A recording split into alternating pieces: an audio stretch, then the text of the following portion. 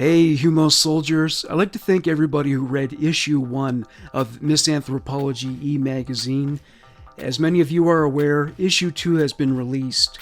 For you true crime buffs, there's an article about necrophilia, which includes the story of famous British serial killer and necrophile Dennis Nilsen.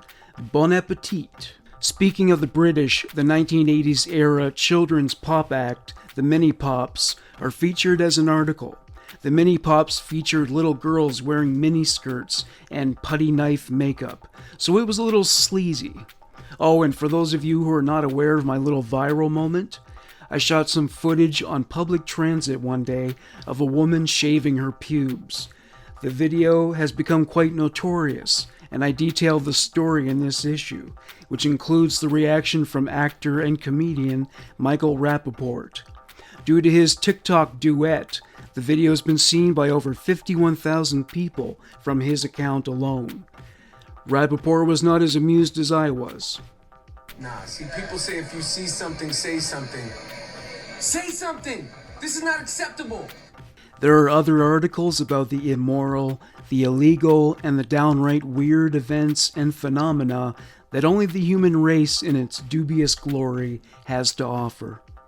The issue is available for sale at www.misanthropology, that's misanthropology.store. You can download a PDF of the issue there. Thank you very much and enjoy the show.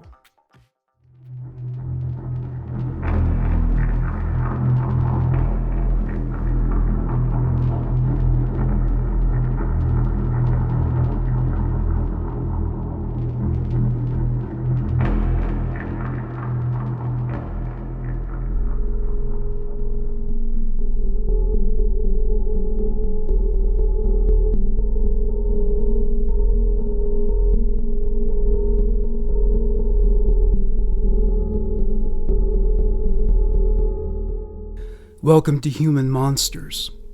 Stepsisters and best friends, 15-year-old Gina Morano and 16-year-old Cynthia Chandler, had been hitchhiking along a highway in California. Their goal was to get to Los Angeles, Cynthia's hometown. They resented the restrictions placed upon them by their parents. They craved freedom and excitement. Though many young women had been murdered in this part of the country throughout the 1970s while hitchhiking, these girls were not averse to taking risks, even if it involved getting into the vehicle of a potential serial killer. The girls felt that because there were two of them, the safety in numbers factor would work in their favor. They must not have been aware that Ed Kemper kidnapped two girls at a time on one occasion. The girls also felt that as long as they stuck to busy freeways, where they would always be seen by people in large numbers, they would not encourage the attention of a rapist and/or murderer, since the last thing the offender would want were witnesses. June 12, 1980. The remains of both girls were found near a highway's off-ramp. Investigators speculated that they had been killed elsewhere and the off-ramp was only a dump site. Both girls were partially naked. They had been thrown from a vehicle, whereupon they rolled down an incline towards some desert brush. No effort was made to conceal their bodies. This method of body disposal was similar to that of the notorious Hillside Stranglers, except they were in custody at the time. The actual murder occurred on July 11th. Due to the intense California heat, their bodies had already bloated, and decomposition was underway. Their skin was pale and waxen. It was stretched to its limits by the gases of decomposition. Their bodies were found by a maintenance worker cleaning the area close to Forest Lawn Cemetery of litter and other debris. Gina's body was left in the prone position. She was wearing nothing but a tube top, which had been pulled down to her waist. Cynthia was wearing a pink jumpsuit. It had been slit on an upwards incline on the leg, with a blunt instrument to the crotch. Neither of the girls were wearing panties at the time. Whether or not they were sexually assaulted was something only the coroner could determine. Aside from the state of their clothing, there was no other evidence that rape had occurred. A small amount of blood and a droplet or two of what appeared to be motor oil was spotted on Cynthia's jumpsuit. Gina had been killed with gunshots to her head. Cynthia was also shot in the head, but she also had a bullet wound in her chest. There were black burn marks that were fanned out and speckled at their edges. This indicated to investigators that when she was shot in the chest, the bullet was discharged at close range. No ID could be found on the girls' bodies, so they were both labeled as Jane Does. Later, family members came forward to identify them. People who had recently met the girls told police they received phone calls from a man claiming to be a detective with the Los Angeles Police Department. He asked them if they knew the girls were prostitutes. These people had not been told that the girls were sex workers. They were also puzzled that an officer investigating a new case would be so open with such details. Typically, they ask questions without leading the responses so that they can ascertain the truth as the witnesses experienced it. Detectives keep a detailed record of all the phone calls they make in connection with an investigation. The LAPD had no record of a detective contacting these people. The police had also not been told that the girls were prostitutes. The recipients of these contacts were told that they were likely prank calls, though time would tell that the motive behind these communiques was far more ominous. August 26, 1942, the day of Carol Mary Peters' birth. Carol developed into a socially withdrawn and overweight child with a sullen disposition. She had been prescribed thick eyeglasses. Due to her appearance, Carol was subjected to bullying and social exclusion by both her siblings and classmates. She sought escape by reading science fiction and fantasy novels. Carol's mother passed away when she was still a child. It was a complicated matter for Carol emotionally because her mother had never been loving or nurturing toward her. Though she would miss out on her mother's love, it had never been there in the first place, so mourning its absence was not a new experience for her. Later, Carol would compensate for the lack of maternal love in her life by becoming a matriarch in her own right and wearing the pants. Speaking of parental dominance, Carol's father, Charles, announced to Carol and her sisters that they were expected to replace their mother as wives in their own right. Not only were they instructed to cook and keep house, but he informed them that they were to compensate for their mother's absence in the bedroom. Both girls knew little to nothing about sex. This was the 1950s, after all. Nevertheless, being alone with their father in his marital bed denoted something other than bedtime stories. With both of the girls terrified of what this entailed, but also realizing they were not given a choice, they let fate determine who would take a turn by playing rock, paper, scissors. Charles didn't state a preference for any particular daughter, so the results were fine by him. The worst of these experiences for Carol was when Vicky was abused. She would cry and beg Carol to rescue her. Carol was not permitted to do so, and she would put her hands to her ears to block out the sounds of her sister's anguish. Carol was haunted by guilt for years. She felt that she should have served herself up to her father so that Vicky would be spared. Charles took his daughter Vicky's virginity just hours after the ink on his wife's death certificate dried. Carol wasn't spared, though. Both girls were raped into womanhood when they were both still children, thanks to their father. The abuse lasted for almost a year. He met a woman and she moved in. Cheating on her with any female would have been bad enough. To cheat with his own daughters would have been shocking and morally repugnant, so he left his daughters alone. Though Carol was no longer raped by her father, she was now sexually aware in ways that were not common among girls her age. For instance, Carol's curiosity about sexuality and human bodies manifested as a predilection for voyeurism. She would plant herself outside her neighbors' windows so she could watch them disrobe. There were other public manifestations. Carol developed a love of streaking. She would run through the neighborhood naked at night. Once she stopped and caught her breath, she would masturbate into a frenzy of orgasm. Having learned that a woman's body and willingness to perform sexual favors was something on which she could capitalize, she began performing sex acts for cash. Her customers were classmates and a bus driver. She was starving for attention and chose this as a means to obtain it. It was the only attention her father bestowed upon her after her mother's death, so it shouldn't have come as a surprise that she equated sexual favors with love and affection. She didn't enjoy the congress itself. It was the feeling of being desired. After all, nobody had valued her for who she was as a human being. Charles had a drinking problem and would become abusive when he was inebriated. When this happened, Carol would run away from home.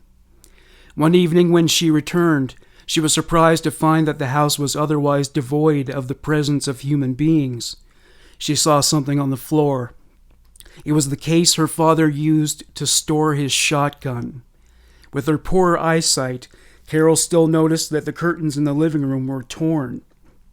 There were droplets of blood on them. Close by, she saw that the family's cat was dead. It had been killed with a shotgun. Charles appeared. Carol was surprised by how calm and detached he was. If you were driven to kill your cat with a shotgun, you would have had to be emotional at the time. Sure enough, Charles told her he became enraged during an argument with her stepmother. Irrational and acting on impulse, he decided to murder his entire family, beginning with his wife. Knowing what he had in store for them all, she managed to wrest the shotgun from his grip. In the midst of doing so, the hapless feline found itself within the crosshairs and was dispatched to its untimely demise. His wife left and never came back. She filed for divorce immediately. Now that it was established that Carol and Vicky would not be safe living with Charles, they were remanded into foster care. They were eventually placed with relatives in other states. Charles decided to regain custody of the girls and drove all the way to Indiana to retrieve them. In her 17th year, Carol was still being beaten by her father every day during his alcohol-fueled rages. She escaped by marrying a 56-year-old man named Leonard. She didn't love him, but the marriage guaranteed she would be able to flee from her father's abuse. Her husband ended up being a disappointment in his own right. He was an abusive drunk who refused to work. Carol had no marketable skills at that age to support herself and her husband. Leonard had an idea. He suggested that she utilize her experience as a part-time sex worker to become a full-time prostitute. This was the last straw. She soon moved out of their home. Carol met a new man. It's interesting how every man who crossed her path was sleazy in some way. Richard Gies was a writer who specialized in pornography. Carol had long dreamed of making a living as a writer or some other kind of artist, so that aspect of Richard appealed to her. He encouraged her to write, buying her a typewriter, giving her some guidance on literary structure and style, and urging her to peddle her work to the publishing market. Carol found some success in this venture, getting some articles published and even writing, illustrating, and publishing an issue of her own science fiction fan magazine. For some reason, Carol threw in the towel on her burgeoning literary career. This event coincided with the suicide of her father, who hung himself when Carol was 20 years old. Carol felt that on some level she was to blame for his death. Carol entered a phase of unstable relationships. If anything went wrong, she would flee. She still dated Richard Gies intermittently. He was good to her, even paying for her to attend nursing school. Their relationship was fractured when he found out she was still having sex with men for money. Her aspiration to become a nurse gave her something to look forward to as she anticipated a real career that could take her places. She remained friends with Richard, to whom she would run in times of crisis. When Carol began her career as a nurse, she met a man named Grant Bundy. A love connection sprouted quickly, but problems began to set in when she became pregnant with their children. She also developed health issues due to diabetes, with which she was diagnosed as a child. She did not observe the self-care protocols as outlined by doctors, and her vision got worse. Grant was worried that she would allow herself to die from the disease. He foresaw a future in which she would be unable to work and take care of the children. He didn't want to shoulder these burdens on his own. Grant became physically abusive to Carol. She refused to accept this in the presence of her children, so she fled with them to a battered women's shelter. Carol moved into an apartment complex that was managed by a man named Jack Murray. He was also a singer with aspirations to become the next Tom Jones. He sang at a local bar in Los Angeles to satisfy this ambition. He also enjoyed impersonating a police officer on his off time. He was from Australia. Jack was married with 2 children. He was a serial philanderer who had frequent affairs with women who saw him perform. He was brazen enough to have sex with women who lived in his building. You should see me fuck. I'm the best piece of ass in 3 states. His wife was aware of his infidelity, but he had beaten the objections out of her, literally. This was typical. After seducing and winning a woman emotionally, he would beat her and subject her to sadomasochistic activity to scare her and establish himself in the alpha position. He was so ruthless in this pursuit that he once tore a woman's nipple off with his teeth. Indeed, Jack Murray had a fearsome temper, and when he lashed out, he was capable of doing considerable harm to his victims. It was while he was attending to his duties as building manager that he met Carol Bundy. She was nearly blind and struggling to raise 2 boys on her own. He arranged for them to move into an apartment that accommodated her disabilities to some degree. Murray worked his charm on Carol, and after he visited her and painted grandiose pictures of himself as a man of impressive accomplishments, even though he alternately held a microphone and a plunger in his dual roles as nightclub singer and superintendent, she was naive enough to be impressed. Soon the visits adjourned from the living room to the bedroom, where they engaged in a sexual affair. She indulged his passion for sadomasochistic sex and other perverted acts. He also persuaded her to seek a second opinion about her visual impairment. It turned out that she had cataracts. After they were removed, her vision had improved markedly. She was not pleased by what she saw in the mirror, however. Jack convinced her to apply for disability payments, and he would manipulate her into giving him money. If she told him she could not afford to give him money, he would remind her that she wouldn't have it if it weren't for him. He even convinced her to open a joint bank account with him and deposit money in it after the house she shared with Grant was sold. On one occasion, he outright swindled her. He told her his wife was dying of cancer, and he couldn't bear to tell his sons that their mother was dying. He asked Carol to give him $10,000 for an operation that would save her life. It worked. Carol reacted to his crocodile tears with tears of her own, and he got the money. Carol persuaded him to go on vacation at Christmas time with her. Part of the plan was to convince him to leave his wife and stay with her. She would tell him that she could satisfy all his needs. The trip went as planned, except after having dinner and taking in a show, Jack disappeared and didn't turn up again until they caught their flight home. When they returned, Carol forgot to take her suitcases home. She was so upset by Jack's behavior. His wife, Jeanette, turned up at her apartment with the suitcases later. She told Carol to leave her husband alone. Carol had broken things deliberately to get Jack to pay her a visit. Jeanette told her that everyone in the building saw her following Jack around like a duckling. Carol asked her if the cancer surgery had been successful. That was when she found out that there had been no cancer. Even this did not dissuade Carol from pursuing her relationship with Jack. In fact, she offered Jeanette $1,500 to divorce him. Not only did Jeanette not take her up on this offer, but she ordered Jack to evict Carol from the building. Jack found an apartment for Carol and her sons. It was far enough away that he would not see her all the time. It was sexually convenient. For him, she was the 7-Eleven of pussy. Jack and Carol's relationship continued to deteriorate. She would attend his music shows at a bar called Little Nashville. If she was hoping he would take a break to say, "This one goes out to a woman named Carol," she was sorely disappointed. He ignored her throughout the entire set. He had more attractive fish to fry. This happened more than once. One night when Jack regarded Carol as of little more importance than the bar's decor, she met a man named Doug Clark. She was starving for attention, so his timing was right. She took him home. Carol and Doug spent much of their first night together talking.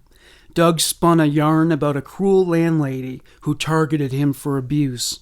The truth was, she was his girlfriend. Their relationship was swirling down the toilet bowl. Carol's relationship with Doug soon turned sexual, and he took advantage of her sympathetic nature. He also realized she was easy to manipulate, and he was determined to derive as much profit as possible. Doug would regale Carol with stories of his sexual liaisons with other women. Occasionally, he would ask her to take photographs of these encounters. Carol wasn't sure that Doug actually wanted a relationship with her. She also couldn't accept that he was probably just trying to use her. Carol confronted Jack about the cancer money. He told her he used it to pay off, refurbish, and reupholster his van. He had sex in that van and took so much pride in it, he didn't care how he came about the money. He placed a handicap placard on the dash, which enabled him to have a convenient parking space where he could take prostitutes, strippers, and other women. It was a conversion van, complete with a sink with which to wash up. He used to have sex with Carol in the van, but he had completely lost interest in her, even as a masturbation tool. Jack told her that at that point, he would fornicate with her if they had a threesome. The problem was, the women they met were not attracted to Carol. She tried the same with Doug, to no avail. Carol came up with a solution to the problem. While she was moving to her new apartment, she met an 11-year-old girl who has only been identified by the mononym Shannon because of laws that protect minors who are involved in legal matters. Carol found Shannon amusing because she was always at the ready with wisecracks and dirty jokes. In Shannon's company, Carol would alternate between a maternal figure and a friend. By doing so, she was able to manipulate her. Carol set up a rendezvous with Jack. She said she was in trouble and needed to talk to him immediately. He only went because he figured he might be able to use her for some quick cash. When they got to talking, Carol told him that Doug Clark had been murdering people. Jack found it hard to keep a straight face as he heard this story. Carol told him she knew too much and had seen too much. She told him about a so-called kill bag Doug kept in his car for when he decided to commit another murder. She saw that Jack didn't take the story seriously. She showed him the kill bag in the trunk. Now that Jack knew she wasn't kidding, he told her they needed to report the kill bag and its purposes to the police. Carol decided in that moment that Jack needed to die. He knew way too much. They got back in the car. She passed him a handwritten note, which explained that if he had sex with her, she would arrange for him to have sex with 11-year-old Shannon. This opportunity she knew he could not resist, as there was a streak of pedophilia in his sexual rainbow. He told her to meet him in his van later. She was furious later when Jack left Little Nashville with another woman. That woman got around. She fooled around with Jack, Doug Clark, and Jack Murray's brother-in-law. Carol knocked on the van. The woman with Jack, Avril Roy Smith, got out as soon as she saw Carol. She spent the rest of the night drinking with friends at Little Nashville. Carol got in the van. She intended to discuss her concerns about Doug with Jack. Jack wasn't interested in talking about anything. He pulled down his pants to his ankles. He was wearing a pair of pink lace panties. He got down on his stomach and said, "You know what I like." Jack asked her if she was serious about letting him have his way with Shannon. That's all he wanted to talk about. Carol got down behind Jack and massaged his penis. She pressed her face between his ass cheeks. He didn't fart his contempt for her in her face, but if he had, it would have reflected the fact that she occupied a position of little importance in his life. Instead, she tossed his salad while Jack told her how good it felt and to prepare for the dressing. He didn't really say that. That's my input. He did broach the subject of Shannon again. He had it bad for the middle schoolers, and that was the last thing Carol wanted to hear about. She was done sharing Jack with other women. In fact, she decided right there and then that he was done with everything. She pulled out a Raven handgun and pressed it to the back of his head. Carol reupholstered the van with flesh and blood before Jack surged forward and hit his head on the wall. His ass cheeks pressed tightly on Carol's tongue. Now, that I wish I had made up.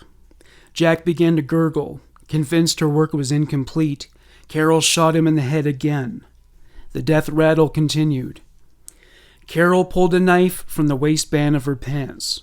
She stabbed Jack in the back 9 times. 9 times. After she cut him the first time, she fucked the wound over and over with the blade while cursing him and calling him names as the gash ejaculated thick, soupy blood. When the gurgling sounds petered out, she checked his pulse. She was relieved that he was finally somebody only a necrophile could love. This didn't mean Carol was finished with him. After all the fraud and cheating and downright disrespect, she had a score to settle. Fueled by rage and adrenaline, she took up the knife and flailed away at his buttocks, in the process cutting several new rectums. He had always told her he was on the lookout for another piece of ass. She decided she was going to remove a piece of his ass in the most literal sense possible. She plunged the knife into his asshole and sodomized him with the blade as his ass cheeks jiggled in time with the rhythm. After all the times when he fucked her in the ass and forced her to wash his dick clean with her mouth, it seemed an appropriate comeuppance. When Carol finally simmered down, she discovered she was shaking. Now that she was able to think rationally, she realized that the bullets she discharged into Jack's brain could be traced to her gun. Priority 1, clean up and get rid of the evidence. She wasn't quite done with the butchery, however.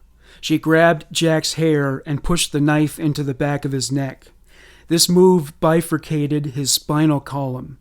She sawed the bone with the knife until she removed Jack's head. She put it in a cheap plastic shopping bag. Sorry, lady, no refunds. Carol brought the bag to her car and put it on the passenger seat.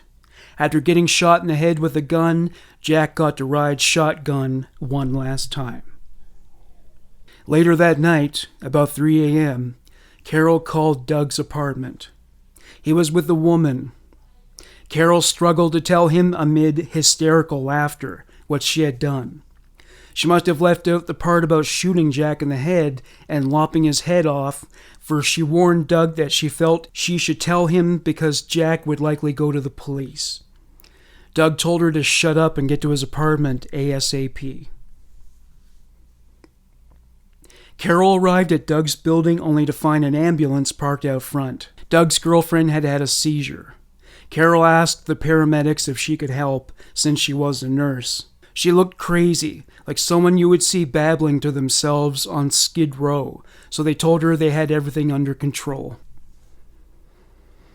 Once Carol got settled in Doug's apartment, he helped her get rid of Jack's head.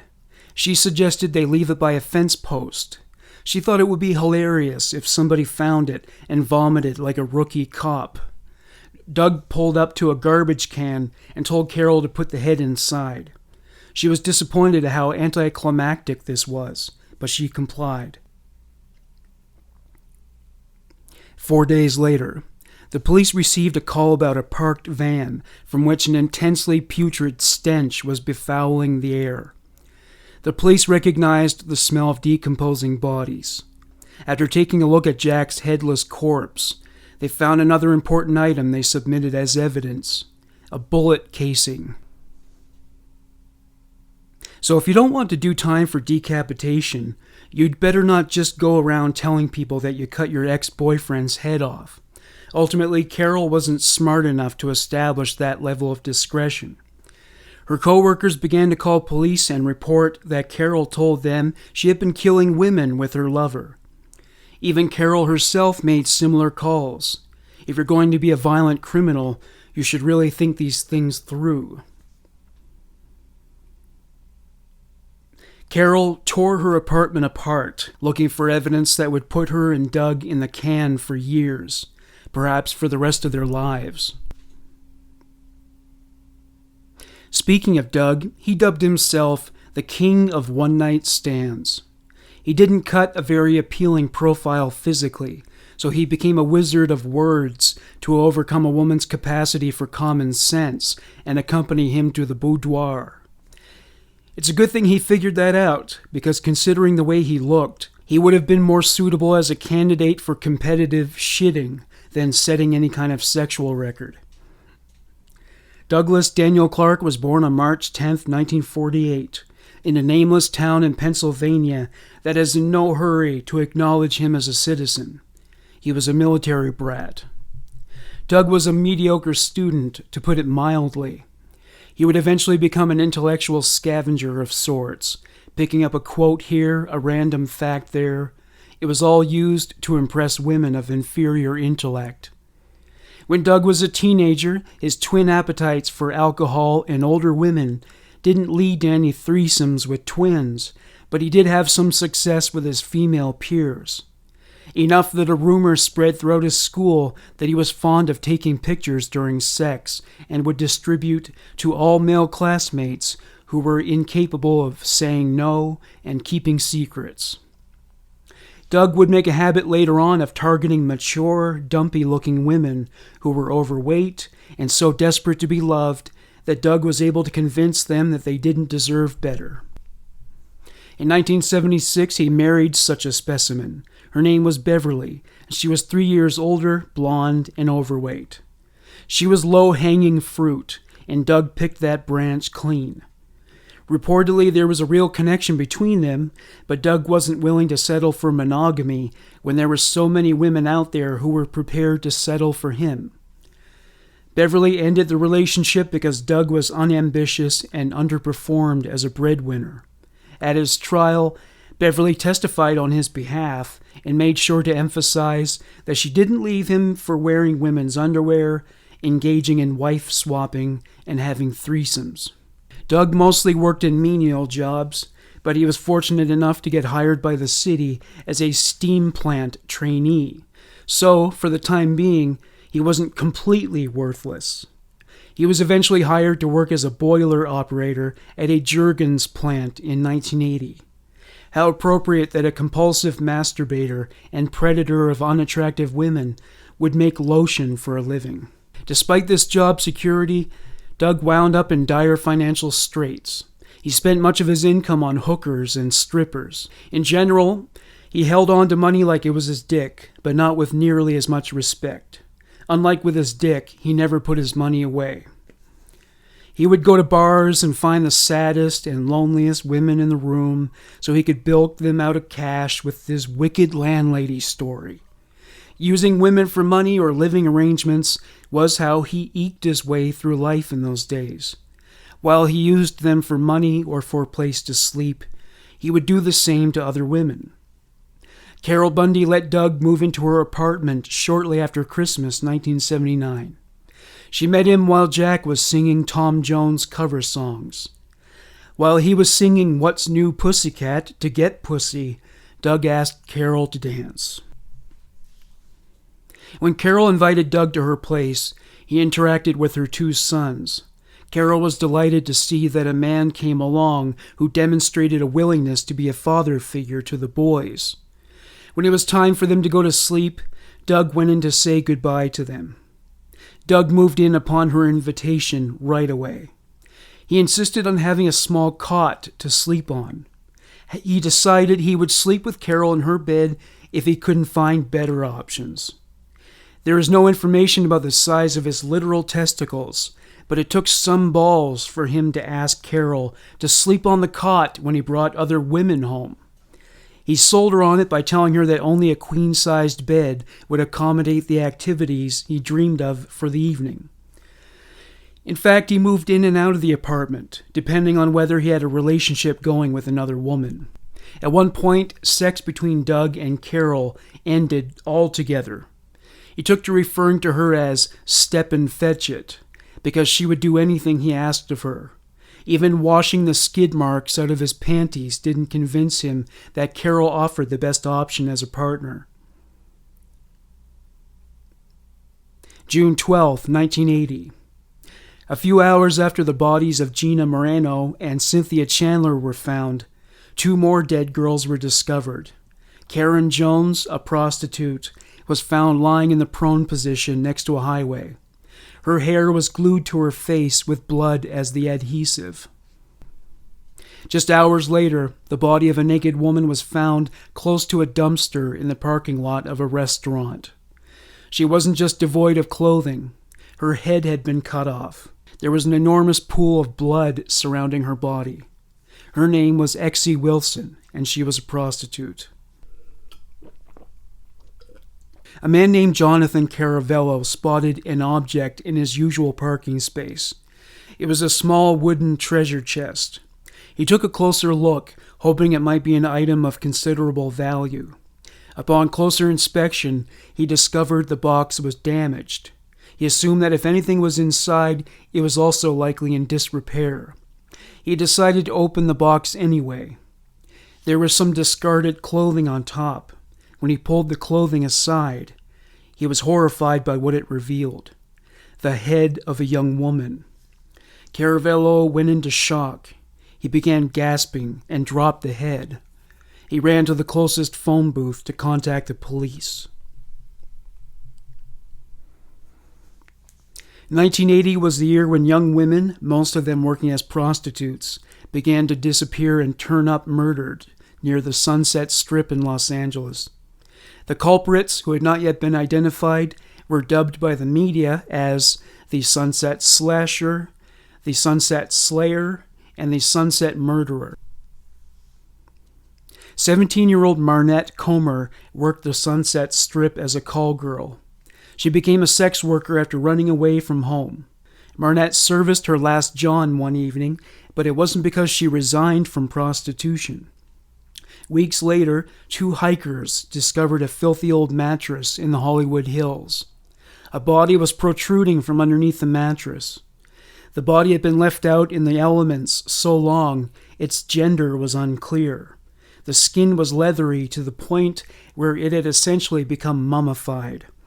The autopsy determined that the gun used to kill Marnette was likely the same model used to shoot Gina Moreno, Cynthia Chandler, Exie Wilson, and Karen Jones. Whoever it was that murdered Marnette Comer was not content merely to shoot her. They also gutted her with a knife. There were indicators of an attempt at organ harvesting. Speculation had it that the real purpose was to accelerate decomposition. Police investigated sales of .25 caliber Raven handguns. They weren't looking for a female owner, but a purchase was made by a woman named Carol Bundy. Her phone number and license plate number, address, and driver's license information were on file. They still had the recording Carol made on a police line where she called herself Betsy or Claudia. She might have even admitted to playing a role in the killings. Even with all that information, the police still did not follow up on that lead. They just would not consider that a woman could be responsible for killing female prostitutes. Shannon was molested by a family friend. She kept it a secret because she assumed it was something that children were forced to accept and keep confidential. Though Shannon's mother had reservations about Shannon befriending a woman who was so much older, she noticed that Carol's friendship made Shannon happy, so she allowed it. Carol and Shannon soon spent a lot of time together, shopping, cooking, and watching television. One aspect of their friendship Shannon did not disclose to outsiders was the sexual element. She was befuddled and apprehensive at first, but she didn't necessarily want it to stop either. Being so inexperienced, she didn't realize that just because Carol didn't force her into sexual encounters, it didn't mean Shannon was capable of giving valid consent. Having been sexually abused in the past, she was not a novice when it came to older people taking liberties. Her boundaries had been blown wide open, so it wasn't so difficult for Carol to go waltzing in. After a time when Carol and Shannon were regularly engaging in lesbian sex, Carol integrated Shannon into her sexual encounters with Doug. Shannon would later say she enjoyed the encounters, which included being given lingerie to wear and having her hair and makeup done by Carol. A camera was introduced, and the trio made child pornography together. Doug was disappointed because the encounters depicted in the photos were only tableaus of sexual acts. Anybody else who saw the photos were likely disappointed to see Doug wearing nothing but a dog collar and a leash. One shot consisted of Shannon pressing a stiletto heel into his neck as he bowed in submission. Doug asked Shannon to paddle him, but she refused. She thought it would be too silly. They would all engage in oral sex. Shannon refused to have vaginal sex with Doug. Ultimately, she did not deem him worthy of taking her virginity. On one such occasion, Carol persuaded Shannon to take some kind of medicine that would relax her and bring about drowsiness. The idea was that it would make vaginal sex with Doug less likely to trigger her gag reflex. When he penetrated her, it was too painful, even with the drugs, and she screamed. She told him to stop, and he did. Shannon didn't mind Doug so much. He was very generous and accommodating with her. He took her to whatever restaurants she wanted, gave her gifts, let her choose the porn they watched, and select the prostitutes he picked up. They were both especially fond of women with large breasts. Shannon didn't feel nearly as comfortable in Jack Murray's presence. Almost as if she could smell his violent tendencies, he creeped her out. She told Carol she never wanted to see him again. Carol began to experience scruples when reflecting on her sexual relationship with Shannon. She took her to a family therapist. He asked Shannon how she felt about the sexual element of the relationship. Shannon said she didn't mind it. The therapist decided it wasn't his job to take a moral position on the relationship and left it up to Carol and Shannon to decide if they wanted to continue as they were. He was a mandated reporter who was required to notify the police that 2 adults were raping a minor, but he felt it was unreasonable to notify the authorities. A decade later, Doug sent a birthday card to Carol. He confessed that at one time he planned to murder Shannon on her 12th birthday. He blamed her for the sexual activity, characterizing her as a, quote, mini Mata Hari, Shannon's words. Carol prevented the murder by reporting him to the police and notifying them that he was the Sunset Strip killer. June 14, 1980, was the day when a woman called the LAPD, claiming to have information about the murders of Gina Morano and Cynthia Chandler. The woman identified as Betsy. The call was soon disconnected abruptly. 2 hours later, Betsy called back.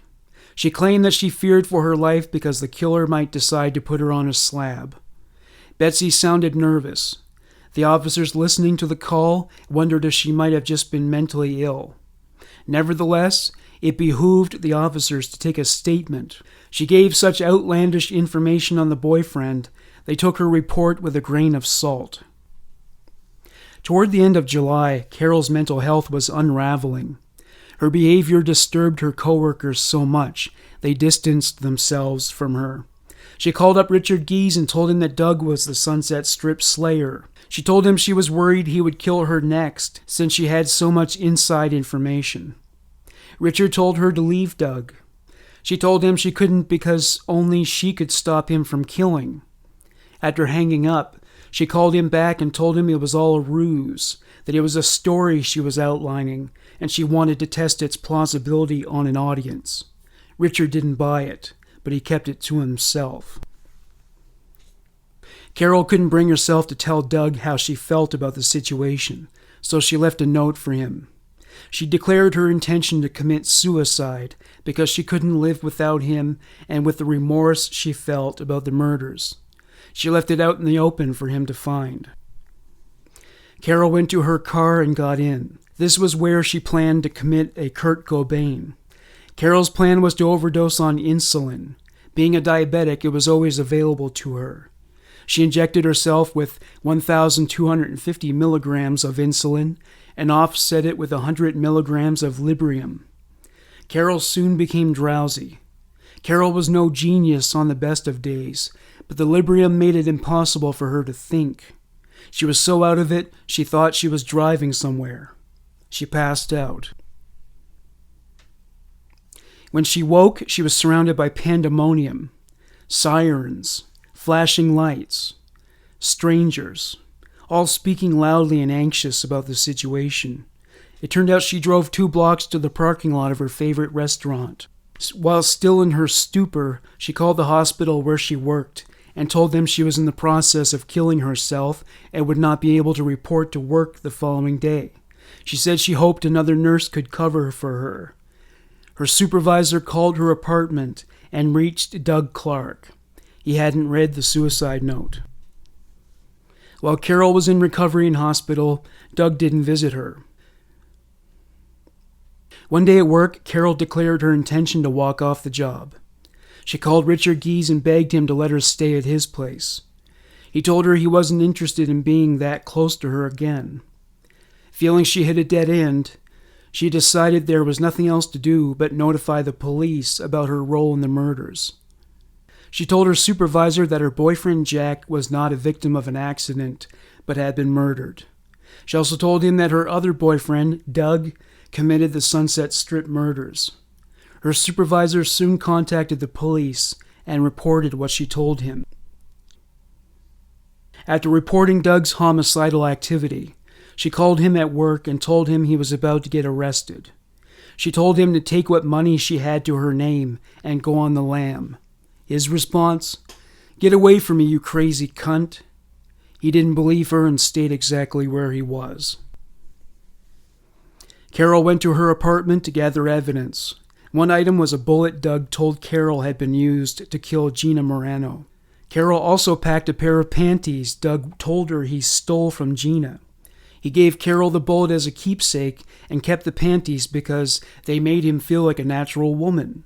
Put him in a 90s rom-com and he would have sung that song into a hairbrush, apparently. It occurred to Carol that the victims' bodies had been left in 3 different jurisdictions. She called all 3 precincts.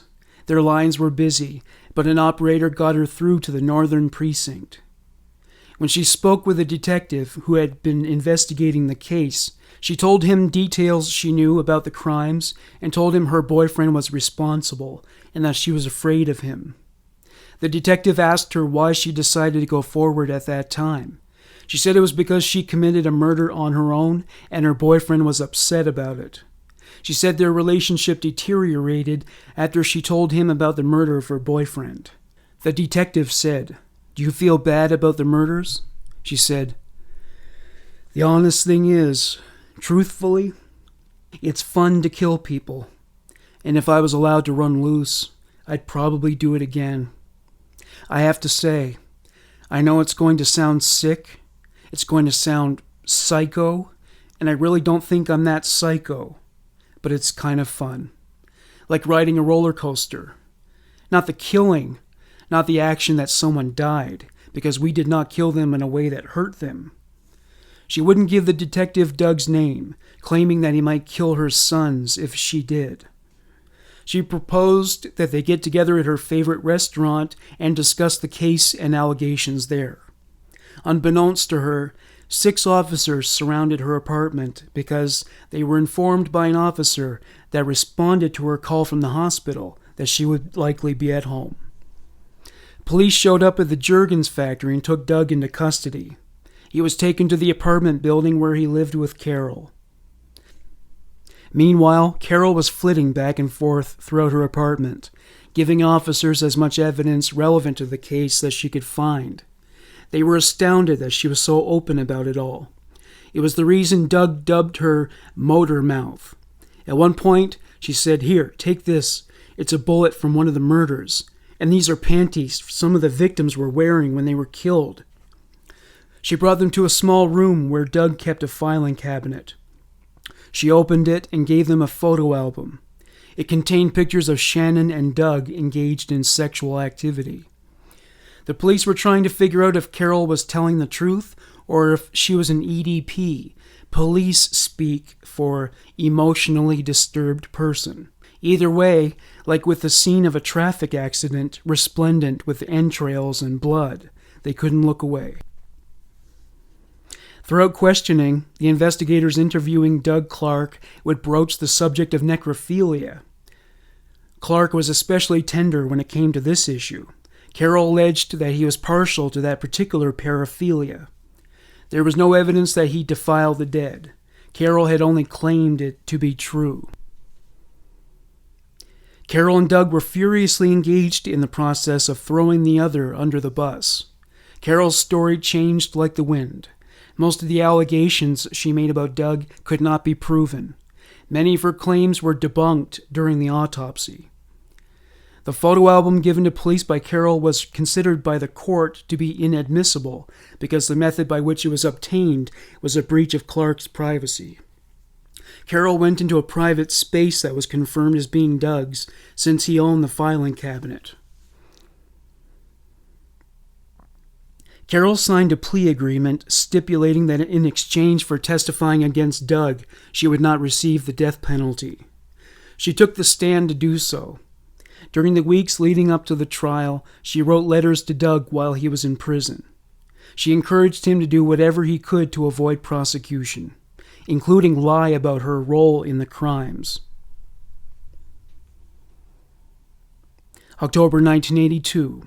The trial began. Doug was unhappy with his lawyer, but was convinced that he would be acquitted. After all, forensic analysis did not detect any traces of his DNA. All the evidence, if it was worth exploring, was purely anecdotal and circumstantial. Still, he was prepared. He gathered witnesses to verify his alibis. He also had receipts and canceled checks that proved he was not at the scene when the murders were committed. Doug sullied his own reputation in the court with frequent outbursts and disputes with the judge. He was always dissatisfied with his lawyers. He did have a legitimate beef with one of them. He arrived in court with booze on his breath and fell asleep in court.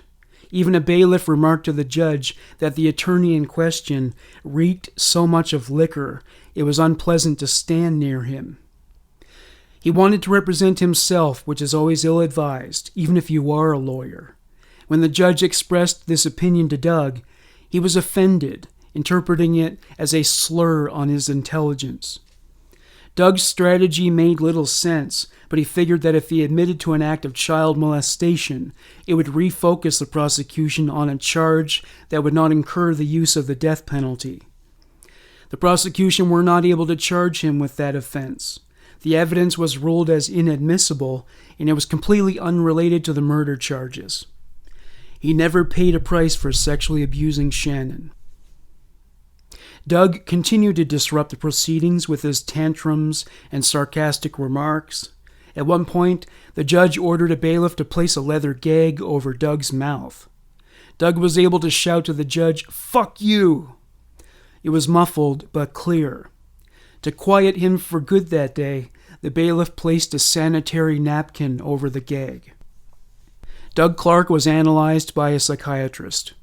They testified that he was a narcissist with delusions of grandeur. She also said he was unable to relate to other people. She identified antisocial personality traits, including impulsivity, social norm deviation, and problems with job performance. Part of his inability to keep a job was that he chafed against authority. She also said he had some kind of personality disorder with low self-esteem.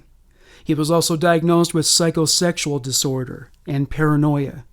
He denied that he was anything less than the finest human specimen who ever walked the earth. The day Carol was slated to testify, she withdrew the plea of not guilty by reason of insanity and pleaded guilty to both charges of murder in the first degree. She was sentenced to 50 years to life in state prison. She received an additional 2 years for the illegal use of a gun. She still did not receive the death penalty because that condition of the plea agreement remained in place. The jury began deliberations in February 1983. It took 5 days for the jury to come to a verdict. They ultimately decided that Carol Bundy was a credible witness.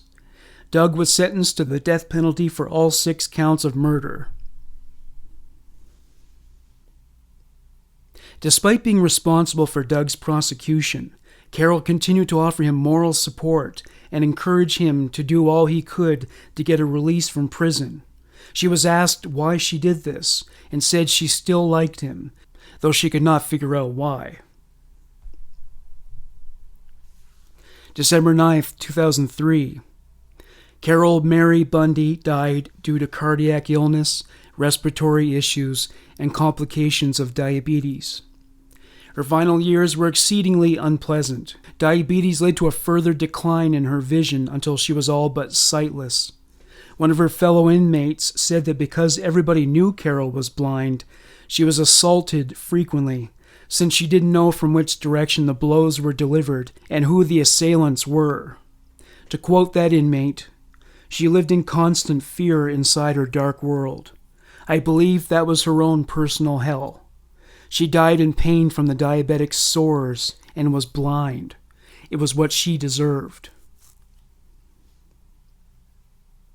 Doug Clark remains on death row.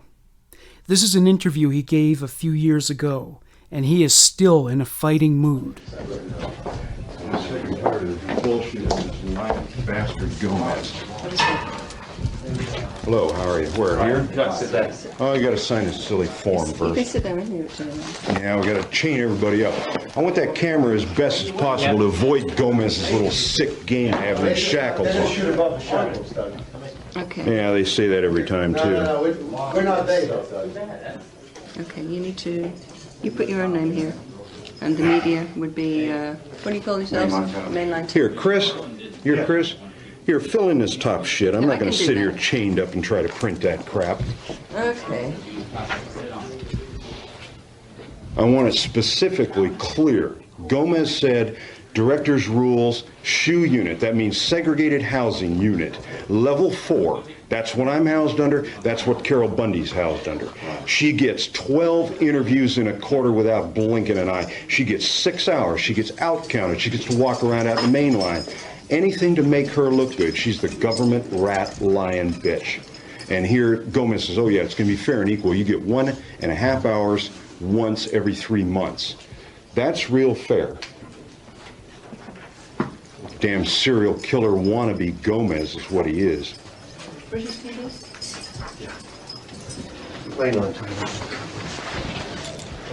I wanted to Why the hell is it so dark in here? Every time they set this up, it's different. Turn the lights on in a minute, and then you'll be able to start, okay? I really get tired of this bullshit by Gomez, though. Okay, can you manage to sign that? Yes. And put your number there too? I'm going to have to manage, aren't I? Where? Right here.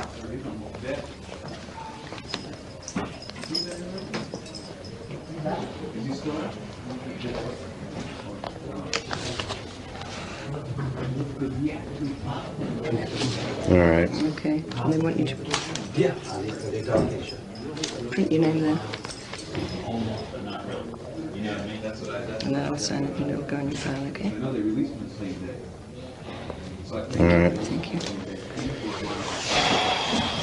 Segregated normally wear prison garb. The thing is, for the last several years, the death penalty, death row program has been a political issue, obviously. You saw, I don't know if you're aware, the governor of New York just bit the bullet. He got a new governor because of the death penalty. And it's the same thing here. They can't afford to have the death row inmates look human. So they've been constantly restricting and removing rights and privileges and that kind of thing. We go into the inmates have got prison garb on. Exactly. Make them look like animals. The public and the Nazis, you know, don't want the people outside Auschwitz knowing what's going on there. It's the same goddamn thing here. You got a director of prisons literally caught suppressing favorable media access to Elmer Pratt. What the hell is the janitor running the prison doing, involving himself in media contacts, favorable or otherwise? But do you realize not long ago Geraldo Rivera was in this same room and he had Charlie Manson. Now you don't get much more dangerous, supposedly, according to the media, than Charlie. He's dancing around with no chains, he's walking around talking and having a good time. Yeah, when it's a death row inmate, oh, it's politics. Gotta chain him, gotta make him look crazy and weird and just the whole politics of it. You don't even see any media about the 5 women they got on death row in California. Because, you know why? The Barbara Graham story came out of California's gas chamber. Have you ever heard of Barbara Graham? Yeah, I want to live. Exactly. Lindsay Wagner made a very good remake of that film. And you don't hear about that because the public doesn't have a stomach for it. Well, we've got concrete, beyond doubt proof that Carol Bundy, who's locked up in another one of the director's prisons, she's on level 4, she's on segregated housing units, same as I am, same rules apply. She's getting all the visits she wants, as long as she wants, too. 6 hours, 8 hours, no problem. Walking around, no shackles, civilian clothing. Yet when the same rules apply to me, all of a sudden it's, oh, you got to be in prison garb. You heard them. They tried to get me to take the sweater off and wear the prison blue shirt. Fine. Never had to before. Didn't have to do it on Sally Jesse Raphael show just a few months ago. But oh no, they don't want to have anybody mistake the fact that this isn't a chained up, locked up animal you're talking to. Don't listen to him. Don't listen to him. It's bullshit. We've got the proof Carol Bundy copied Ted Bundy's crimes. The LAPD, Detective Orozco, says he sees no similarities between that case and this case. Yet the similarities are astounding. I sent you just a brief listing of them. I believe you got them, Judge. Just a brief listing. Tell the camera. Tell me about those. That's just one topic. I want to list the topics that I wanted to discuss that lion sack of shit Gomez said we could discuss.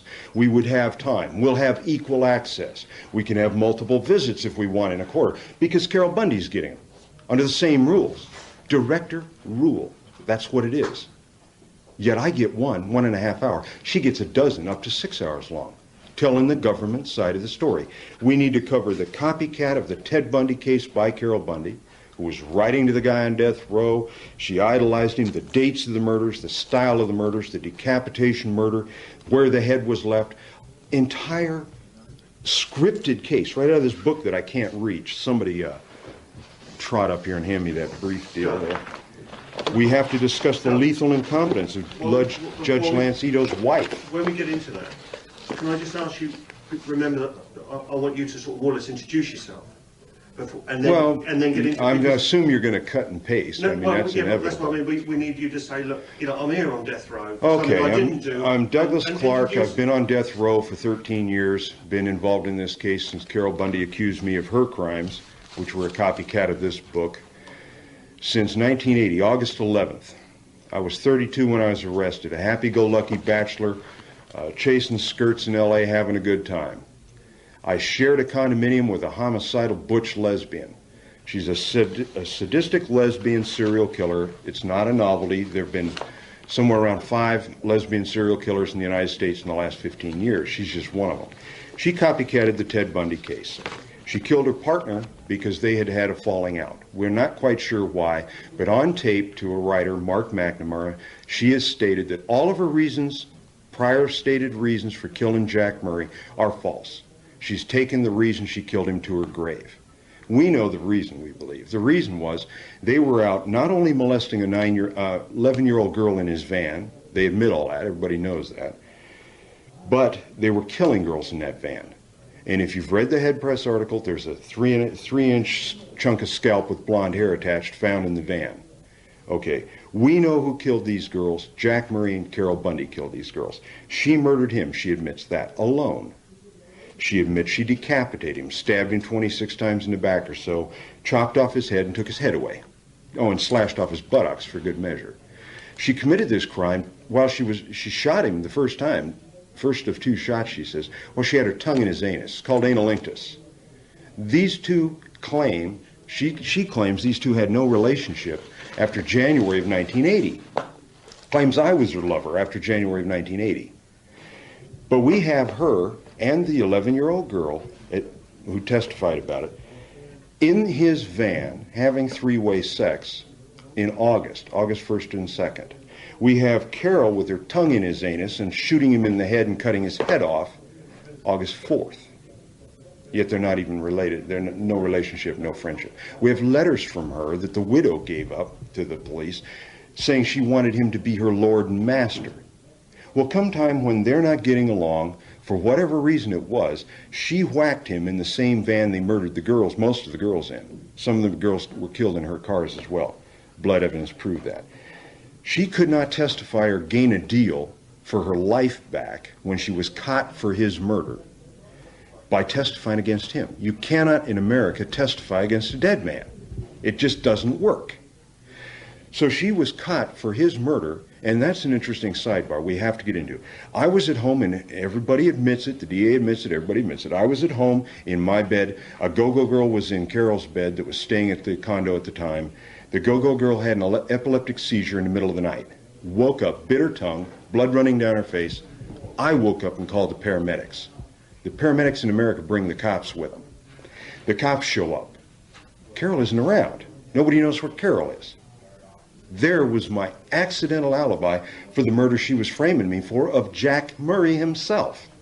So when that fell apart, the cops came to get her on the 10th of August to question her about it. They were coming to arrest her for that murder on August 11th. That's all proved fact, documented, nobody argues with it. They were coming to arrest her for the murder, decapitation, butchery of her lover, John Murray, on August 11th in the morning.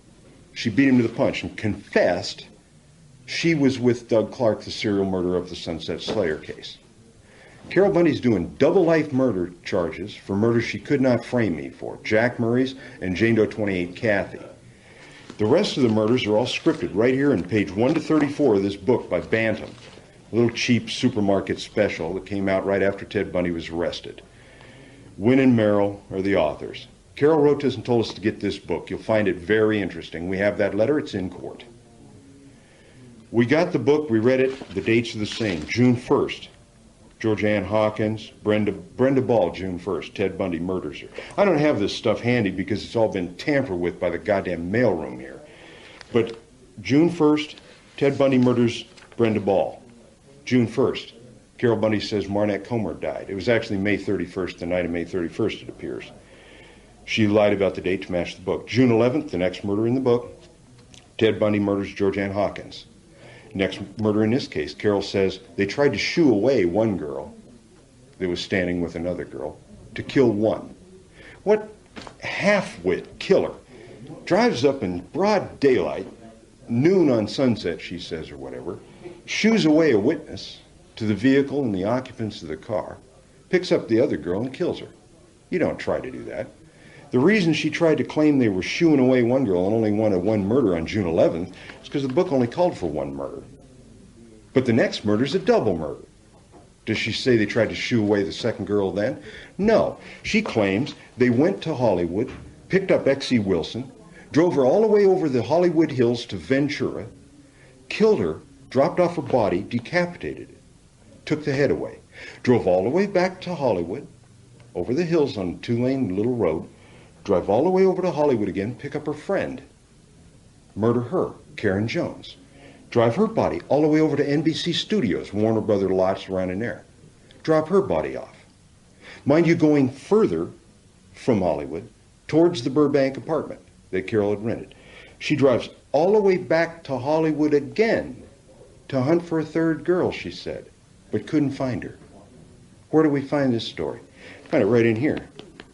Only we find the truth in the Ted book. We find Carol Bundy doing the impossible. The times of the phone calls, the shots, the screams, and the tires, and the dogs barking, a la O.J. Simpson case, prove that it could not have happened that these two girls were both singly picked up and a third attempt made in this case. They had to be picked up together, taken over the hill, killed and dropped. But we couldn't understand why any of this was happening or how it was happening till we read the book. Ted Bundy went to Lake Sammamish, picked up one girl, broad daylight, took her away, murdered her and decapitated her, took her head away.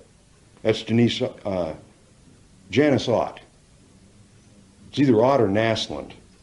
Janice Ott and Denise Naslund died that day. He picked them up one at a time at the park. He drove them away, decapitated one of them, which linked up to Exie Wilson's decapitation in this case. Only one decapitation of a girl in this case, only one in the book. So he picks them up one at a time, takes them away and murders them, and goes back for a third right here in the book. But he fails. But what he doesn't fail to do is give him his name, Ted, and give him a description by visual witnesses seeing it of his car, a VW. The headlines become the Ted VW case. Carol can't show them the car, the van, or the vehicle, whatever she's using. It's too risky. She can't give them the accurate name necessarily. So she calls police on June 14th, Without my data here, it's a little difficult. June 14th, coinciding right after right as this book is saying that these events are starting to unfold in the book, she calls police. We have a tape recording of the call by the police. She gives John and red Plymouth. Ted, beige VW. Coincidence that it's suddenly? Well, it's not so much coincidence when you look at page 34. Page 34, according to the book, I don't know what real name the woman's using, the book says, Ted's girlfriend named Melanie's calling the police saying she thinks her lover might be the killer and she's scared. Guess what we have on June 14th? Carol Bundy calling police saying, I think my lover's the killer and I'm scared. And he drives a VW and his name's Ted. And he drives a red Plymouth and his name's John. Right in the same spot in the case. Did Carol Bundy have a relationship with Ted Bundy? Yes, she wrote to him while he was on death row. She didn't want to admit it, but we busted her because the sheriffs were illegally copying her mail. Thank God for illegalities. Her name was Carol Boone, wasn't it, at one time? Carol Boone. Now, can you just tell me about that? We're going to finish this one segment because it's vital, because that ties in the double murder. Yeah, Carol Bundy told police, we'll get right back to that. On this triple murder decapitation, it double plus an attempt, the facts prove that she could not have gone back to Hollywood to make this attempt for a third. But then you stop and think, why would the killer go back to Hollywood to attempt to fail to match the book? Why attempt a failed kidnap? If you're not going to succeed, why bother? Just say you did it. So that got documented, and then we wondered why on August 11th, Carol Bundy said that they were driving around in the valley with Exie Wilson's severed head in a wooden casket that she bought, her own volition. Her idea to cut the girls' heads off, she said on tape. She says it was her idea to cut heads off, but there's only one cut off other than Jack's, and it matches the book. She's driving around, she says, in the valley with the killer. She says it's me. We say it's Jack. Whoever it is. She's driving around in the valley with a human head in a wooden box. Why? She says, we were looking for the location of a prior murder of a girl, a hooker, to drop the head at the scene. Where do we find that? Ted Bundy dropped the head of Denise Naslund at the scene of a prior murder. The cops found too many heads, not enough bodies, too many bodies, not enough heads, right here in the script. What are the coincidences of this? The same victim chronologically is decapitated. The same victim's head's taken away. The same victim, she says, she was trying to find the murder scene of a prior victim. Same as the book. This is a Ted Bundy copycat murder case. Anybody that says otherwise, there's hundreds of these examples in this book. Jack Murray died the same day Carol Valenzuela died in the book. Carol talks about a massacre in a Mexican bar she was staging. Ted Bundy escaped from jail in Colorado, ran to Florida, committed a mass murder in a boarding house, Chi Omega. Committed his mass murder there, the only mass murder he committed. The rest were serial murders. There's a difference. He killed a 12-year-old girl in Florida. He got electrocuted for that one. Carol's talking about the 11-year-old girl she knows is 11, and she's calling her a delicious little 12-year-old on tape, on police tape. She knows she's 11. Why is she calling her 12? She's a future victim. It gets worse. I mean, just Carol Bundy was in jail talking to police. She tells police, I called a friend of mine in the Northwest in Oregon, a guy named Dick Geis. She says she called this guy and she asked him, what should she do? She was very scared. Her lover was this killer. And Dick Geis, she says, told her, run away to Florida. Dick Geis says that's bullshit. Not only did he not say run away, he would have never thought to say run to Florida. It made no sense to him why she would say that. Why do you think she said that? Ted Bundy called a friend of his in the Northwest, said, while he was in jail no less, called up from Colorado, says, what state would really kill me if I did this kind of stuff in that state? Mind you, he only killed in death penalty states. The person told him, and agrees he told him, well, probably Florida. Ted promptly escaped, went to Florida, committed mass murder, and a murder of a 12-year-old and got executed. He got his execution death wish in Florida.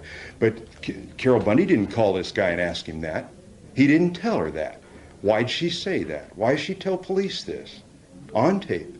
Because it's right here in her script. This is a scripted serial murder case, and she's still killing. Dorothea Montalvo Puente, back in prison, was in prison before she committed her boarding house murders in Sacramento. She's a friend of Carol Bundy's. They were in the same PTU unit down at Fonterra. They were buddies.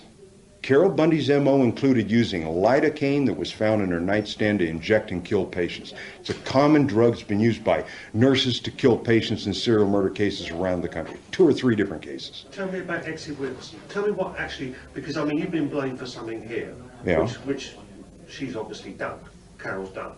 There's no doubt Carol's involved. And even if you read the Louise Farr book on this, her prosecutor in her case, now Judge Ronald S. Cohen, ladies and gentlemen, says in no uncertain terms he has always, from day one when he handled her case, prosecuting her, he has always believed she was involved from the very beginning, that she was involved in every murder. And she says it was her idea to cut the heads off, her idea to do this, her idea to buy the box, her idea all the way down the line, her guns, her cars. All the way down the line, it's her doing. He admits it. But did he admit that when he was prosecuting me and claiming she didn't know anything about it until she saw Exie Wilson's head on the sink? That's another bullshit story. I want to ask your viewers, let's say you've called the police, you're scared, you think your lover might be the serial killer that he's telling you supposedly he is. Okay, let's say that's true for a minute. You come home one day and you see a severed human head of a girl sitting on the sink. Bingo. Oh, now I know there really are murders occurring, she claims. She claims this for about 6 months. Then she decides, no, she's going to change it. She's going to take Kathy's murder on August 7th, and she's going to backtrack that to June 20th. Problem with that is, it precedes Exie Wilson's murder decapitation. The head can't be on the sink if the girl's running around in Arkansas, can it? So she says, well, I got a problem here, so now Kathy's going to be the first murder she knows about. So she's got to change cars, too. Kathy's murdered in a 2-door, floor-shift automobile. We have tape recordings of Carol describing that car. Everybody knows it happened in the Datsun. 2-door, floor-shift, bucket seats. Carol keeps describing it that way. But the Datsun was broken down on June 20th when she's moving this murder to be. So not only is she now claiming, oh, gee, I kind of just forgot to pick up mayonnaise at the store, and I forgot to mention the first real murder I knew about was this girl being shot in my presence, supposedly. Not the head on the sink.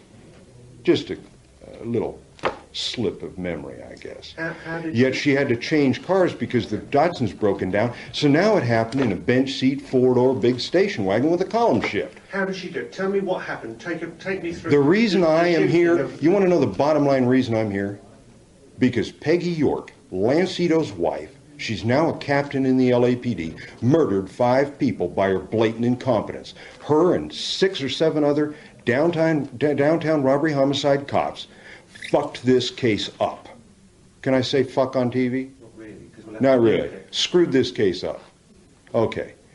She screwed this case up. We have proved it. Students, high school kids, look at the LAPD chronological clue packages in this case, starting at the first they knew of these crimes, June 12th. They solved this murder by June 20th, before anybody else died. It's a simple case. If you had time, if James Gomez, director of the CDC, wasn't playing bullshit games, we would be able to document that for you in detail. We can't. They say, oh, this is fair, but I get an hour and a half. Carol Bundy gets 6 hours anytime she damn well pleases. But the point is, those cops on the arrest date, on tape, admitted, God, guys, we screwed up. Go back to Exie Wilson. Tell me how she did Exie Wilson. About the head. What's the focus about all that? All I know is they've got pictures of a severed head. We know they were picked up together. I'll tell you what, it links in with the shooting of the boyfriend in the van, the decapitation of that, the decapitation. The coroner, Carpenter, I think his name's James Carpenter, senile old drunk, hard copy did a big expose on a guy being totally incompetent. He said a guy committed suicide and he had a big, huge office desk smashing his skull. His clothes were all ripped off, his credit cards were gone and were being used in somewhere else in town. So sorry, but the expert, it's not our fault that the LA coroner's office hires these drunken rejects. We have to use the expert, the only one that had access to these bodies. Now, if you're the coroner's office and you have a bunch of murders, 2 of them are decapitated in what was labeled by Choi and Carpenter as a very precise, professional manner, starting in the same place, ending in the same place, with the same kind of blade. Carpenter said by the same hand, most likely. Now, if you have that set of circumstances, wouldn't you think it'd be a good idea to have those 2 coroners look at each other's bodies to compare? Not LA coroners. These morons never even compared. So when Carpenter went on the stand, the coroner that handled one of the decapitations, I wanted to ask him about comparing the photographs for the other. And the ex-DA trial judge, Judge Torrey, says, no, you're not going to do any defense in this case. Sit down, shut up. He wouldn't let me do it. He says, yeah, you can bring that out on defense. Carpenter stumbles out of the courtroom, promptly dies. So now I've got a dead witness that looked half dead when he was testifying anyway. He's brain-damaged idiot, an alcoholic, but he's the best we've got because that's what the city and county of LA hire. We didn't even get to compare the 2 decapitations. We didn't get to hire our own pathologist because Judge Torrey said, no, there's going to be no defense in this case. I heard Carol Bundy's testimony on tape to the police, and I'm not going to let you present a defense. That's exactly what he said in the record. He said he read Carol Bundy's confession, and there's no one in the world was killed in that van but Jack Murray. I asked him how he knew that. He said, because Carol Bundy testified to that fact. Carol Bundy hadn't even been in the courtroom. The idiot judge, ex-DA, Judge Torrey, said on record that he was relying on, to bar the entire defense in this case, he was relying on Carol Bundy's sworn testimony with cross-examination, which hadn't even occurred yet. All he'd heard was a self-serving statement to the police. So, Exie Wilson's decapitation, what do we know about that? We know that Carol's lying about picking up 2 girls, one at a time, going back for a third. It's physically impossible. You could have done that with a Learjet. So we know that the head wasn't in any apartment sitting on a sink at the date she said it was, because 3 days before she said she saw it sitting on a sink, it was in the alley being discovered by a citizen who found it in the box that she bought. But again, that all brings back to the LAPD screwing up. They had the witness who sold the box to Carol Bundy. Now get this clear. The witness said she had like Coke bottle glasses. She was fat. She was wearing a black wig. She was wearing a short summer top, shorts, Bermuda shorts, and black gloves. Paid cash, bought the box. on her day off, Carol Bundy did this. We all know it. The cops know it. Everybody knows it. They knew she bought the guns. She's the only person that bought 2 guns. She's one of 10 people on a gun purchase list. They checked all the mails and threw the list away, tossed it in a file cabinet. Yet the only buyer in the middle of this crime circle, Carol Bundy, bought 2, had called police and talked about her lover and her. Maybe she bought one for each, right? You at least call her up and compare the voice of the person on the gun purchase list. You've got her home phone number, her work phone number, home address, social security number, driver's license number, photo. What else do you need except a signed confession from the broad? So you call her up and you say, we've got this anonymous caller we know is involved in these crimes calling on June 14th. We call up the gun buyer female, and the voices are very unique and they're identical. So what do we do, LAPD? We put a tail on the broad and find out who her lover is. We find out what vehicle they're using. We see them tooling around in a van. We stop the van on a pretense. Cops do it all the time. Oh, your taillight was out. Bang. Search the van, find the guns, find the blood, find the clothing of the victims. Probably videotapes of it. Remember, Carol Bundy bought him a video camera so they could videotape the stuff, but there's no videos. Where are the videos? So what do you find in the van? Who knows? LAPD didn't bother doing it. They were too busy running off to Arkansas. 2 cops took plane trips to Arkansas to ask the mother what Exie Wilson was like as a 9-year-old child. What the hell has that got to do with a serial murder case of a prostitute who arrived in California June 12th, was murdered June 23rd, 22nd, the night of 22nd, morning of June 23rd? What she was like as a child got to do with anything? Why did 2 cops at government expense fly to Arkansas, and in the fire book, the most important thing they did in Arkansas was try to find a beer in a dry county? That's exactly what Orozco said. That man committed murder. The clues to solve this case were right on his desk. He's back there he could have picked up the goddamn telephone. This is the 1900s. This is the 20th century. The telephone's been invented, Leroy. Pick up the phone and ask the mother what she was like. Don't send 2 cops. No wonder our government and our budgets are shot to hell. You got LAPD sending 2 morons off to Arkansas to interview the mother while the case is going on. More murders are occurring. And this half-wit, downtown robbery homicide's finest. They are the best homicide cops in LAPD. And they're off in Arkansas trying to detect where to find a beer, trying to talk to the mother they could have talked to in a $15 phone call, and murders are occurring. Well, when I was arrested, they knew goddamn well that Exie Wilson died needlessly.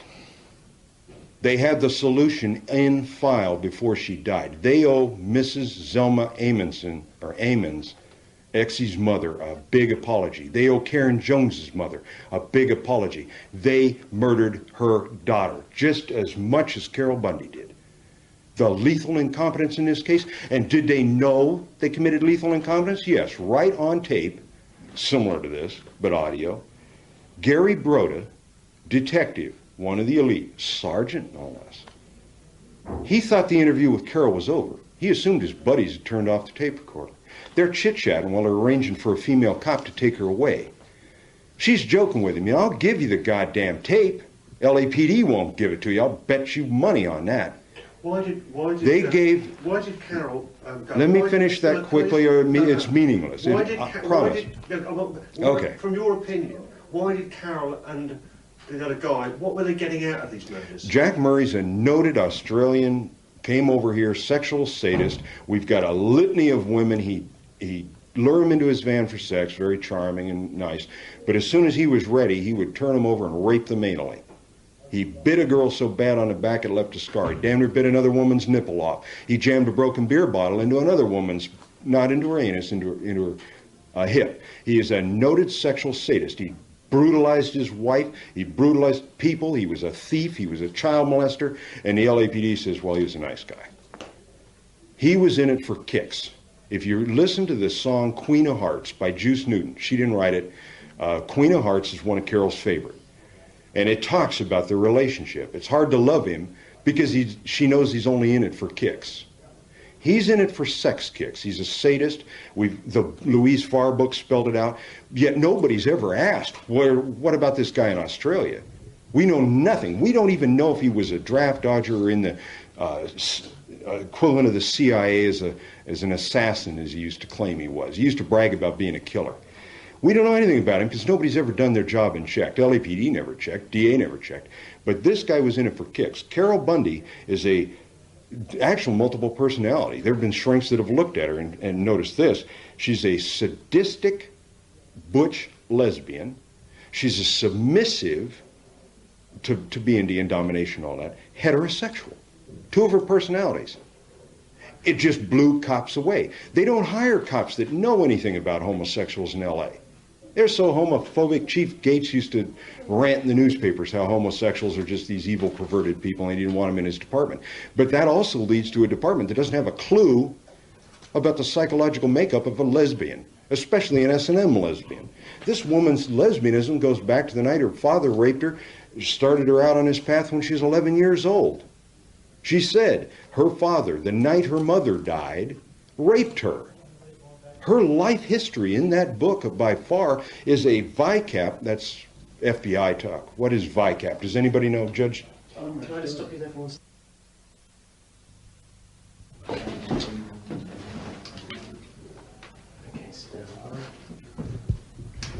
By the way, I usually have an agreement. We got all flustered and you didn't sign it, so I guess you can do whatever you want to do. I usually have an agreement for a $2,500 assurance bond that I will get a full copy of this tape sent to my lawyer. I'll just give it to you. You're not obligated by it because I screwed up. I didn't have you sign it ahead of time, but I feel you're acting in good faith. It's got the attorney's address on it, and just when you get time, shoot him a copy. We need it because otherwise the government uses outtakes, which you might take and use on TV, and then they don't fit in context, and they say, well, oh, he knew X.E. Wilson was killed June 22nd. Everybody knows that. But they try to claim my knowledge of the case from the case files I got while in jail indicate I'm guilty. Now, yeah, I'm tapping it. Can you say about the similarities between, you mentioned just now about the Hillside Stranglings and Kenneth Bianchi and Angela Boner. Obviously that's... Well, actually, that doesn't have anything to do with this case directly at that point. What we were talking about, you mentioned that there were an awful lot of similarities between this case and that case. Not just similarities, but striking similarities. The only decapitated victim, remember, is identical of the girls. Jack was decapitated not because it called for it in the book. Carol Valenzuela in the book was not decapitated on August 4th. However, Carol didn't want to leave the bullets there and link his murder to the girl's murder. Okay. The point being, Leroy Orozco, still working, downtown robbery homicide, the elite of the LAPD that they claim is handling this OJ case so well. This moron actually stated in the book about this case to Louise Farr that he believed that this case on June 12th, on his discovery of the first two discovered victims, not the first two victims, they were the second and third victim, but they were the first two discovered together. He thought there might be a copycat working, he said. Copycatting the Hillside Strangler case, because across the freeway, a couple hundred some odd yards, wherever, there had been a body found involved in the Hillside Strangler case, which was real big news in LA. Based on that one fact, this guy says, and I agree, could be, it's something to consider, that there might be a copycat working. His reply to explain why he doesn't understand the June 1st duplicated date, June 11th duplicated date, the decapitation, wanted to drop the head where another body had been dropped, all those similarities that go on and on and on. There's hundreds and thousands of them. And Carol Bundy writing to Ted Bundy, he says he doesn't see any hint that would make him even begin to investigate a copycat factor in this case, because this case is in LA. Ted Bundy murdered those girls in Seattle. That's his reply. If you start copycatting Ted Bundy's crimes today in Wichita, Kansas, you're immune as far as Leroy is concerned of being discovered to be a copycat killer because you're not operating in Seattle. Now, if you haven't heard anything more brain damage than that, it's just astounding. Yet he thought who might be a copycat because the bodies were closely in proximity to where a Hillside case victim had been dropped off. Rightly so, you got to look into those factors. They still swear up and down, DAs, Judge Cohen, now judge, used to be a DA, he says he believed Carol was involved all along. Carol's lied about that all the way through. No matter who her partner is, she's involved, he says. He presented a totally false case to court. Didn't bother him a bit. Now he's a judge, Duvmajian, the author of the death penalty.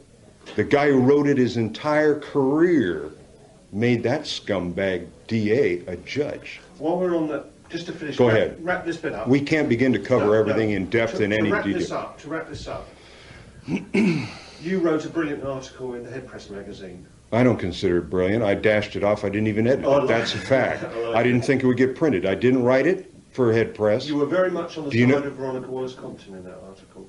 You felt that she'd been inside. Oh, and the Veronica Compton thing. Let me clear up what I was talking about then. I dashed off an article to the Times of London, and instead of printing it, which I didn't care if they did or not, it was a commentary about possibility of England, you know, the right wing bringing back the death penalty. Death penalty's fun for a lot of people, makes them feel better, makes them look elsewhere while, you know, you're not solving crimes. This state's a good example of that. But I wrote this article saying, just be aware, public, that you do get guys like Ted Bundy. You do get guys like Ed Kemper. You do get these people, a lot of them fixated, fascinated on the death penalty. So I wrote that article. They didn't run it. They had a guy named William Cash out of Los Angeles write a hit piece saying, why do they let those prisoners talk to the media? Obviously, the director of corrections agrees with him. So that hit piece caused Dave Slater, publisher of Head Press, to contact me and ask if he could see what article this guy was assassinating by pen in the paper. I sent it to him. He found it noteworthy, and he decided to print it. That's the article I said. It wasn't really well written because I didn't think the Times of London would print anything against the death penalty idea, frankly. So later I penned an article with photographs attached, I guess, about the Hillside Strangler copycat attempt by Veronica. I happened to have corresponded with Veronica because Carol introduced us. Carol Bundy was in jail next to her. Carol Bundy and her, Veronica's early letters before she'd had any communication with me, spelled out in great detail what Carol was telling her, things Veronica Compton could not have gotten from any other source. Carol was lulled to think that she and Veronica Compton, copycat, you know, with Ken Bianchi, were kindred spirits. They were falsely accusing Bono. She's falsely accusing me, Carol. So they were chatting about their cases, and there were details in these letters, which we have, spelling out the similarities of the cases and the different things, and Carol Bundy adopting stories from Veronica, and they were talking back and forth and masturbating.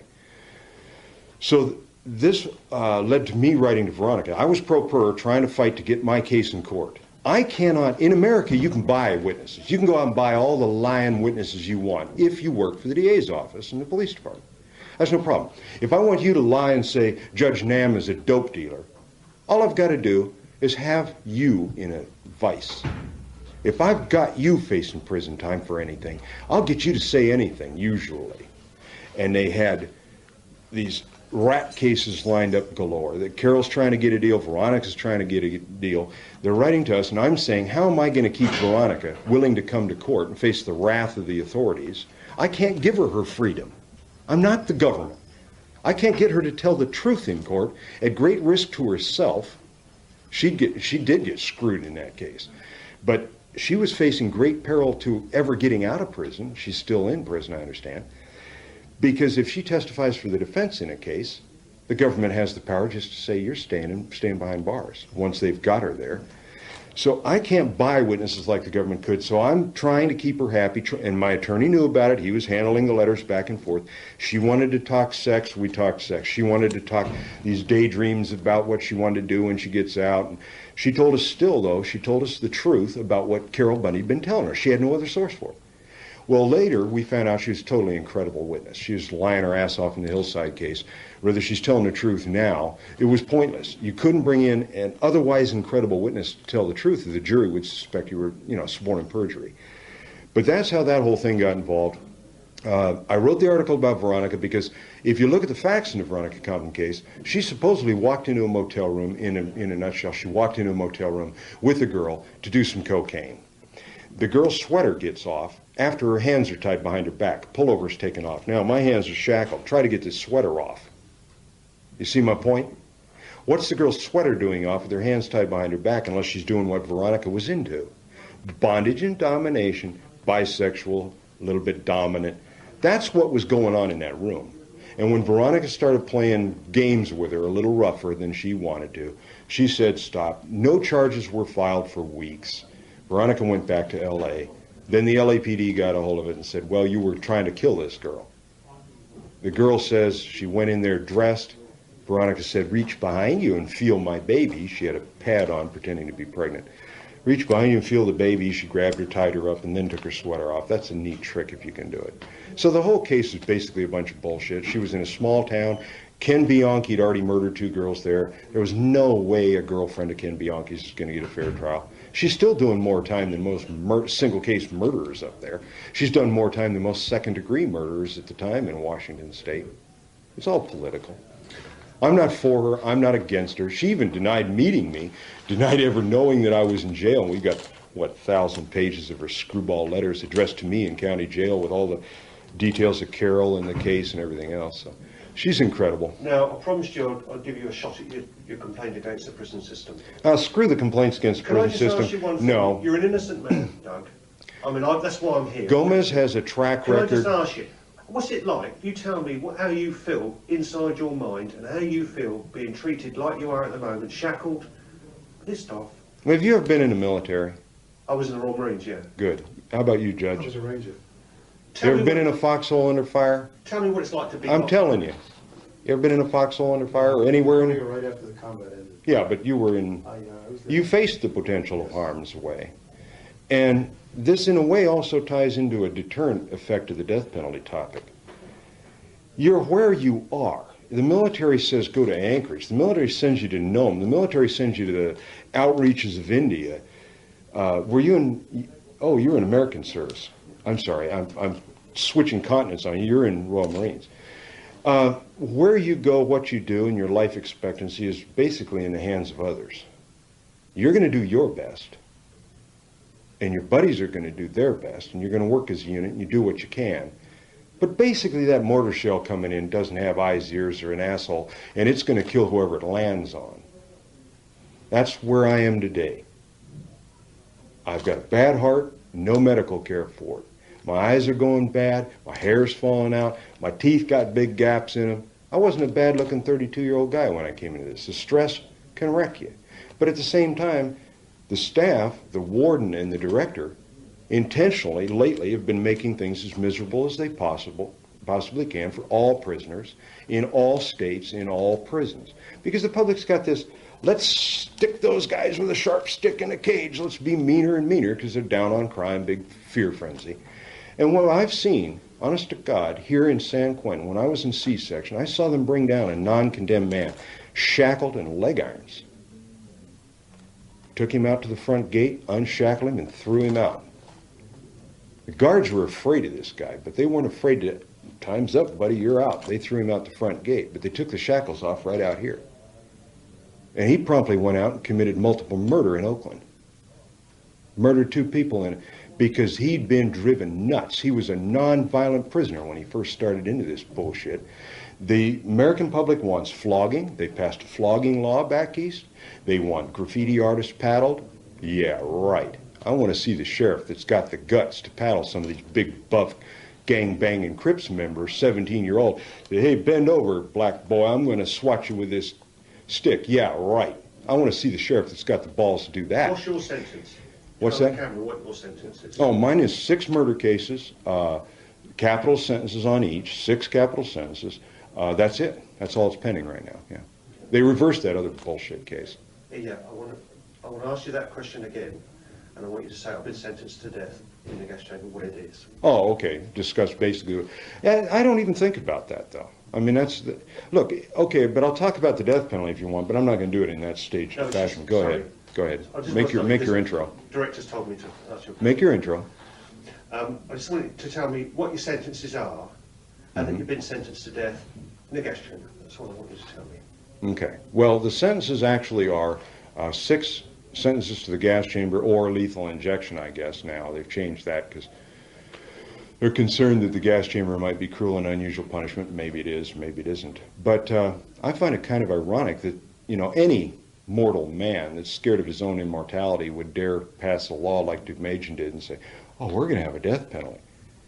Buddy, if you weren't born with a death penalty, you better start looking for a cross to mount yourself on and end up in heaven on the right hand of God, because the left hand's taken. This is bullshit. It's just scratch the itch for the public. Dying by execution, dying by getting hit by a bus, dying because you trusted Carol Bundy, or dying because you're Carol Bundy's sadistic lover, doesn't matter. Doesn't matter at all. I've outlived Gary Broda, the rotten lying son of a bitch that admitted on tape he knew his job was in peril. He knew he had to frame Clark, because if it was anybody other than Clark, his career was over. He admitted that on tape when he lied to Carol Bundy during that post. I tried to get to it before. During the end of their interview, he started lying to her about, covering up the fact that they blundered the case. Everybody's dying. We're all dying. You're dying. I'm dying. I've outlived the coroner. I've outlived the ballistics expert. I've outlived the DA. And here I sit. I'll be out. And I want to make you a statement that's probably going to make Judge Nam think maybe I've gone a little too far, but there are a lot of people out there, and they know who they are, and they had damn well better hope that this innocent man that they put behind bars on the worst conditions possible in the state of California hasn't been, quote, rehabilitated, end quote, the way a whole bunch of other prisoners under these conditions have been rehabilitated. Because when this innocent man, I've never killed anybody, when I get out, there are a whole bunch of people I hope are looking over their shoulder. I'm not going to kill anybody, but I damn sure want them wondering if their rehabilitative process worked for me the way it worked for a whole bunch of these other serial killers that were in prison, got out, went out and committed their crime, including a guard here. They had a guard. This is another reason they don't like me. Tip Kendall and this Crittenden character here. They don't like me talking about this, but I want to run this down to you for deterrent. You tell your public about this.